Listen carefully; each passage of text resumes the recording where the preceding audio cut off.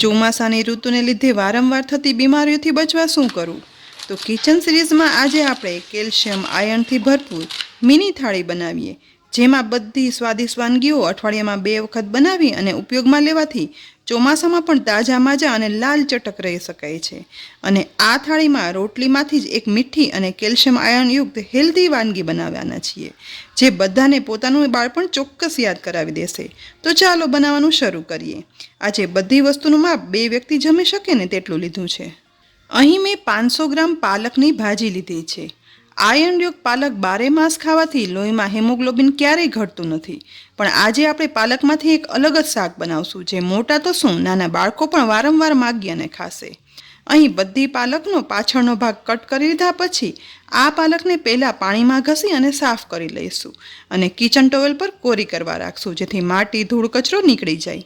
બધી પાલક kitchen towel પર ફેલાવી દીધા પછી પાલક બધી કોરી થઈ છે ને એ દરમિયાન એક બાઉલમાં 1/4 કપ બેસન લઈશું. સાથે 1 ટેબલસ્પૂન ઘઉંનો કરકરો લોટ ઉમેરશું. તેની સાથે થોડી સમારેલી કોથમીર ઉમેરશું. જો મેથીની ભાજી હોય ને તો તે પણ ઉમેરી શકાય છે.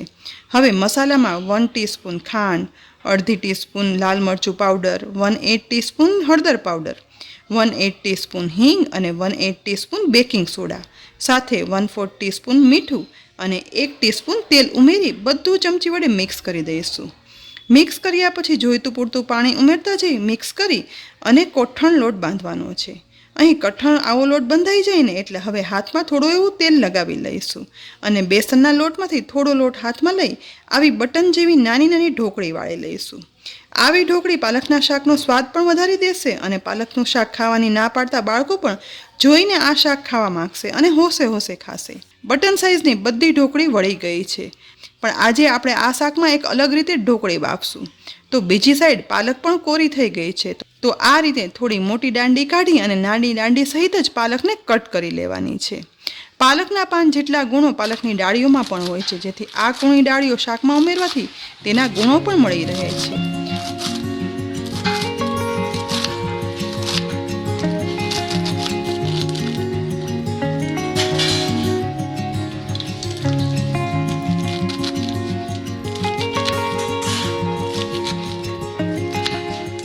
એકદમ ઝીણા પાલકના ટુકડા સમારાઈ ગયા છે, તો હવે શાક વઘારી લઈએ.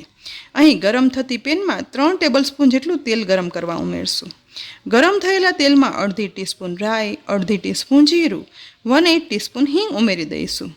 રાઈ જીરું ફૂટી અને ઉપર આવે ને એટલે 8 થી 10 કળી આખી લસણની લઈ અને વઘારમાં ઉમેરી મિક્સ કરતા જઈ અને સાતળશું. પાલકની ભાજીનો પોતાનો સ્વાદ નથી હોતો, એટલે પાલકની શાકમાં લસણ વધારે ઉમેરવાથી ચોમાસામાં લસણના ઉપયોગને લીધે પાચન શક્તિ વધારી અને વાયુના રોગો દૂર પણ કરી શકાય છે. વળી આખી લસણની કળીઓ છે ને તે પાલકના શાકમાં બફાય અને જમવામાં બહુ જ સરસ લાગે છે. લસણ ગોલ્ડન બ્રાઉન સતરાય ને એટલે 1/8 ટીસ્પૂનથી પણ ઓછો બેકિંગ સોડા વઘારમાં ઉમેરશું, જેથી પાલકનો કલર છે ને એવો જ ગ્રીન જળવાઈ રહે. અને આટલો ઓછો બેકિંગ સોડા છે ને જે આપણી તબિયત માટે બિલકુલ હાનિકારક નથી. હવે સમારેલી બધી પાલક છે ને તે લસણના વઘારમાં ઉમેરી દઈશું. પાલક ઉમેરાઈ જાય ને એટલે સાથે મસાલામાં અડધી ટીસ્પૂન મીઠું, 1/4 ટીસ્પૂન ગરમ મસાલા પાવડર, 1/4 ટીસ્પૂન હળદર પાવડર, 3/4 ટીસ્પૂન ધાણા જીરું પાવડર, 1 ટીસ્પૂન લાલ મરચું પાવડર ઉમેરી અને બધું વઘારેલી પાલકમાં મિક્સ કરશું. બધું વ્યવસ્થિત મિક્સ થઈ ગયા પછી 1 કપ પાણી શાકમાં ઉમેરી દેવાનું છે. પાણી ઉમેર્યા પછી પેન પર આવી જાળી ઢાંકી દઈશું. જો આવી જાળી ના હોય ને તો હોલવાળી ડીશ કે પછી ભાત ઓસાવાની ચાળણી પણ રાખી શકાય છે. ત્યાર પછી આપણે બનાવેલી બટન ઢોકળી છે ને તે આ રીતે જાળી પર છૂટી છૂટી ગોઠવી દેવાની છે, જેથી શાક પણ ચડી જશે અને ઢોકળી પણ બફાઈ જશે.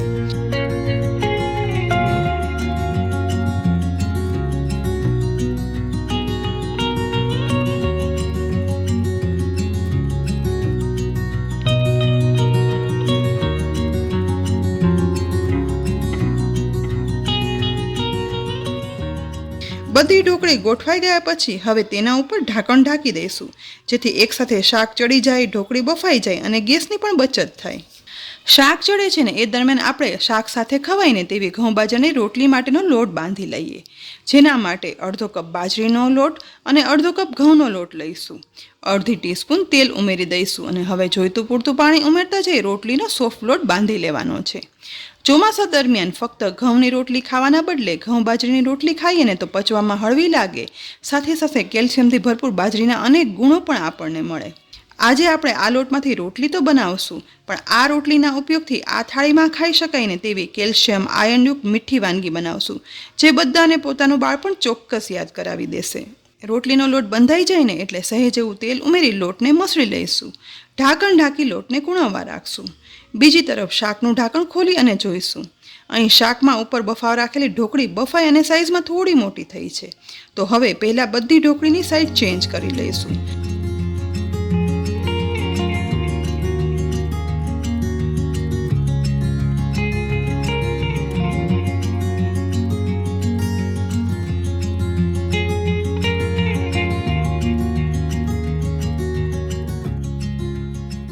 આ ઢોકળી જુઓ, જાળીમાં ચીપકી પણ નથી અને આ રીતે બાફવાથી તેલ વગર એકદમ સરસ ઢોકળી બફાઈ જાય છે. બધી ઢોકળીની સાઈડ ચેન્જ થઈ જાય ને એટલે હવે નીચેની સાઈડ ચડતા શાકને ચેક કરી લઈએ. શાક હજી ચડે છે અને રસો પણ છે, તેથી વધારે પાણી ઉમેરવાની જરૂર નથી. હવે ફરીથી ઢોકળીની જાળી ઢાંકી દઈશું અને ત્યાર પછી ઢાંકણ ઢાંકી ફરીથી ગેસની મીડિયમ ફ્લેમ પર ચડવા દેવાનું છે. આજે આ થાળીમાં આપણે મસ્ત મજાનો સંભારો પણ બનાવી લઈએ, જેના માટે 3 થી 4 લીલા મરચાંને આવી રીતે લાંબા ટુકડામાં સમારી લઈશું.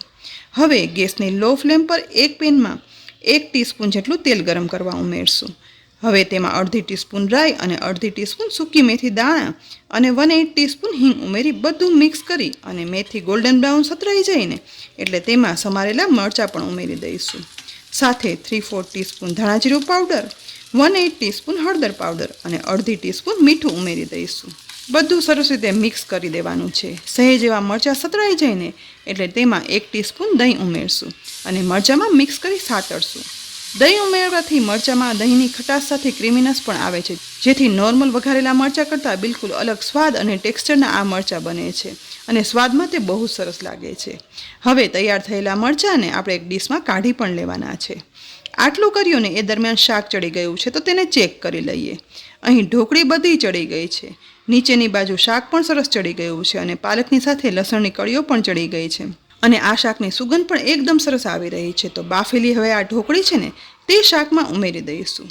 ઢોકળીને પણ શાકમાં મિક્સ કરી દઈશું, જેથી પાલક સાથે તે એકદમ સરસ મિક્સ થઈ જાય. હવે માત્ર અડધી મિનિટ ઢાંકણ ઢાંકી ઢોકળી સાથે ચડવા દેવાનું છે. ત્યાર પછી ફરી ઢાંકણ ખોલીશું.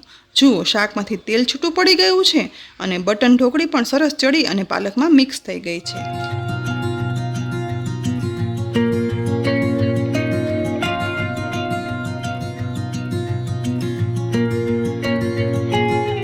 આ સમયે હવે અડધા લીંબુનો રસ પણ નીચવી દઈશું, કારણ કે ખટાશ માટે આપણે આ શાકમાં હજી કાંઈ જ નથી ઉમેર્યું. લીંબુ પણ આમાં મિક્સ કર્યા પછી લચકા જેવું સ્વાદિષ્ટ પાલક બટન ઢોકળીનું શાક બની અને તૈયાર થઈ ગયું છે. તો હવે ગેસની ફ્લેમ બંધ કરી દઈશું.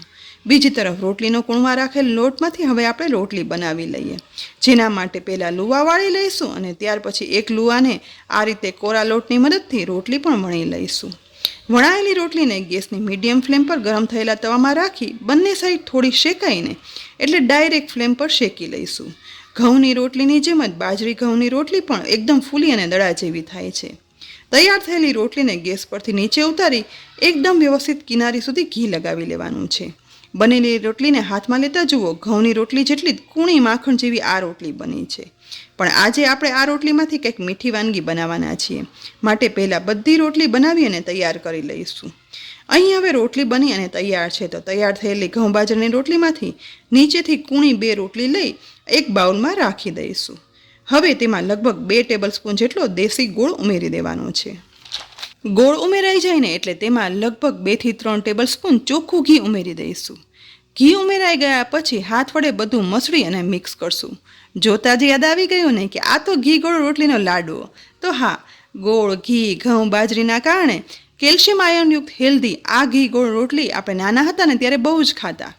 આ થાળીમાં તીખા શાક સાથે આ ઘી ગોળ રોટલી આ રીતે મિક્સ કરી અને બાળકોને આપો ને તો બાળકોને પણ ભાવશે પણ ખરા અને સાથે શરીરમાં અંદરથી હાડકાં મજબૂત કરી રોગ પ્રતિકારક શક્તિ વધારે છે.